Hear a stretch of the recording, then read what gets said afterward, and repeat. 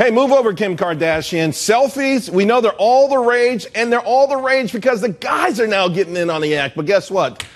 If you're a guy and you love snapping those photos of yourself, you just might be antisocial and just a little bit narcissistic.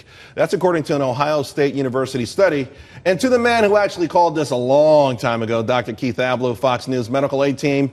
Dr. Keith is in studio. You were absolutely right. You called this so long ago, but why should we care? Well, we should care because this technology is becoming more ubiquitous, not less. It's everywhere, Charles, right? So our adolescents, our kids, our teens are doing this compulsively. And what does it do? It doesn't just take people who are narcissistic or might have psychopathology and cater to them. I think it promotes it. It grows it in people. And why? Because, as Marshall McLuhan said, the medium is the message. When you try to pose for one moment after another in your life and do it in a way that's not reality, you're scripting your life, you're removing yourself from reality, you're acting. And that has something in common with psychopathology: lack of reality, lack of truth. So we've got now the next big thing coming right around the corner is the rebooting of virtual reality.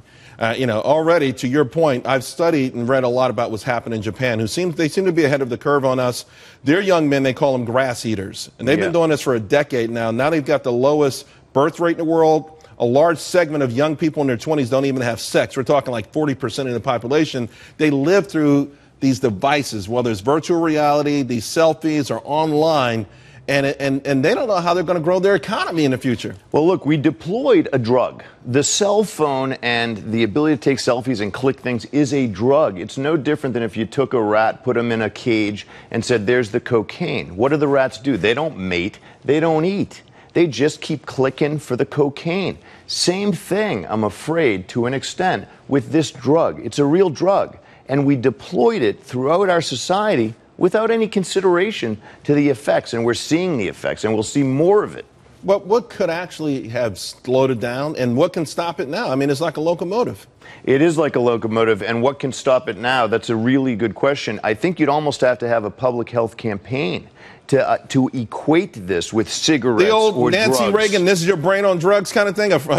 This is your life on selfies. I mean, go a hamster in a wheel or something. Literally, it might be that if we put the word out, right, as a public health initiative, and if the Surgeon General really believed it and said, look, these are bad for you. Parents, tell your kids, none of this posting of yourself every minute. You know, it's not just, by the way, at family events or at a baseball game.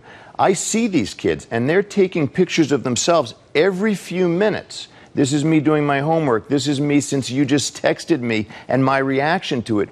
But it's all acted. If we want a generation of people who are actors and aren't really based in reality, how are we going to fight a war? How are we going to convince them to value a stock in a real way instead of based on a story?